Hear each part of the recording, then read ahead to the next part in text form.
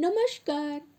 शब्द विन्यास 666 की इस कड़ी में आप सभी का पुनः स्वागत है। पिछली कड़ी में आपने प्रेमचंद जी की कहानी कफन का प्रथम अंक सुना था। आज की कड़ी में हम कहानी का द्वितीय अंक सुनेंगे। कहानी में प्रेमचंद जी ने पेट की भूख का जो सजीव चित्रण किया है वह दर्शनीय है। प्रसव वेदना से मरती बहू और पत्नी के आगे भी घीसू और माधव को भुने हुए आलूओं को जल्दी से जल्दी और ज़्यादा से ज़्यादा खाने का जो लोभ है वो भूख की भयानक आक्रांतता को हमारे सामने प्रस्तुत करता है, जिसमें मानवीय संवेदनाएं भी मर जाती हैं। अब हम कहानी का दूसरा अंक सुनने जा रहे हैं, तो सुनना प्रारंभ करें।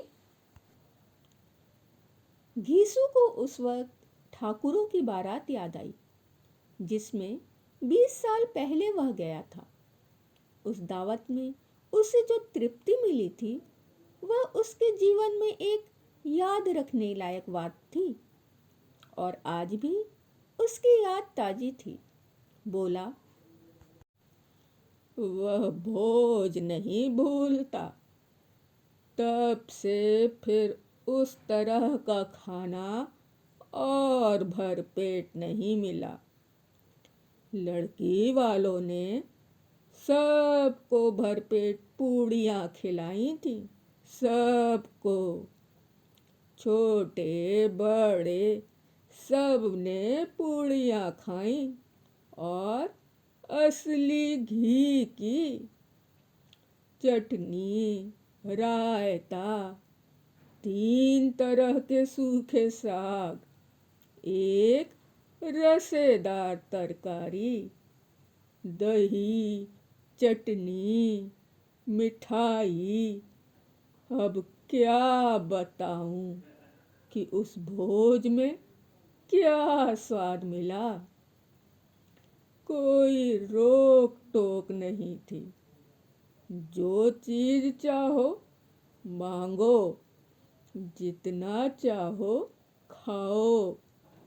लोगों ने ऐसा खाया कि किसी ने पानी न पिया गया। मगर परोसने वाले हैं कि पत्तल में गर्म गर्म गोल गोल सुवासित कचौड़ियाँ डाल देते हैं। मना करते हैं कि नहीं चाहिए। पत्तल पर हाथ से रोके हुए हैं, मगर वह है कि दिए जाते हैं। और जब सबने मुंह धो लिया तो पान इलायची भी मिली, मगर मुझे पान लेने की कहाँ सुध थी। खड़ा हुआ न जाता था। चटपट जाकर अपने कंबल पर लेट गया। ऐसा दिल दरियाव था वह ठाकुर। माधव ने इन पदार्थों का मन ही मन मजा लेते हुए कहा, अब हमें कोई ऐसा भोज नहीं खिलाता। अब कोई क्या खिलाएगा। वह जमाना दूसरा था। अब तो सबको किफायत सूझती है। शादी ब्याह में मत खर्च करो, क्रियाक्रम में मत खर्च करो। पूछो, गरीबों का माल बटोर बटोर कर कहाँ रखोगे। बटोरने में तो कमी नहीं है। हाँ, खर्च में किफायत सूझती है। तुमने 20 पूरियां खाई होंगी। 20 से ज्यादा खाई थी। मैं 50 खा जाता। 50 से कम मैंने ना खाई होंगी। अच्छा पट्ठा था। तू तो मेरा आधा भी नहीं है। आलू खाकर दोनों ने पानी पिया और वहीं अलाव के सामने अपनी धोतियां ओढ़कर पांव पेट में डाले सो रहे, जैसे दो बड़े बड़े अजगर गेंडुलिया मारे पड़े हों। और बुधिया अभी तक कराह रही थी। सवेरे माधव ने कोठरी में जाकर देखा तो उसकी स्त्री ठंडी हो गई थी। उसके मुंह पर मक्खियां भिनक रही थीं। पथराई हुई आंखें ऊपर टंगी हुई थीं। सारी देह धूल से लथपथ हो रही थी। उसके पेट में बच्चा मर गया था। माधव भागा हुआ घीसू के पास आया।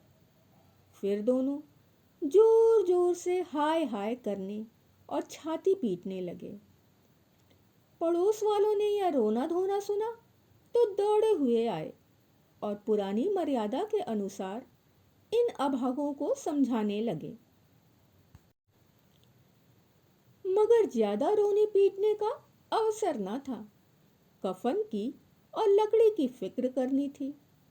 घर में तो पैसा इस तरह गायब था जैसे चील के घोंसले में मांस। बाप बेटे रोते हुए गांव के जमींदार के पास गए। वह इन दोनों की सूरत से नफरत करते थे। कई बार इन्हें अपने हाथों से पीट चुके थे। चोरी करने के लिए, वादे पर काम पर न आने के लिए। पूछा, क्या है बेगुसवा, रोता क्यों है? अब तो तू कहीं दिखाई भी नहीं देता। मालूम होता है इस गांव में रहना नहीं चाहता। घीसू ने जमीन पर सिर रखकर आंखों में आंसू भरे हुए कहा, सरकार, बड़ी विपत्ति में हूँ। माधव की घरवाली रात को गुजर गई। रात भर तड़पती रही सरकार। हम दोनों उसके सिरहाने बैठे रहे। दवा दारू जो कुछ हो सका सब कुछ किया, मुदा वह हमें दगा दे गई। अब कोई एक रोटी देने वाला भी ना रहा मालिक। तबाह हो गए, घर उजड़ गया। आपका गुलाम हूँ। अब आपके सिवा कौन उसकी मिट्टी पार लगाएगा? हमारे हाथ में तो जो कुछ था वह सब तो दवा दारू में उठ गया। सरकार ही की दया होगी तो उसकी मिट्टी उठेगी। आपके सिवा किसके द्वार पर जाऊं? जमींदार साहब दयालु थे, मगर घीसू पर दया करना काले कंबल पर रंग चढ़ाना था। जी में तो आया कह दे, चल दूर हो यहां से। यूं तो बुलाने से भी नहीं आता।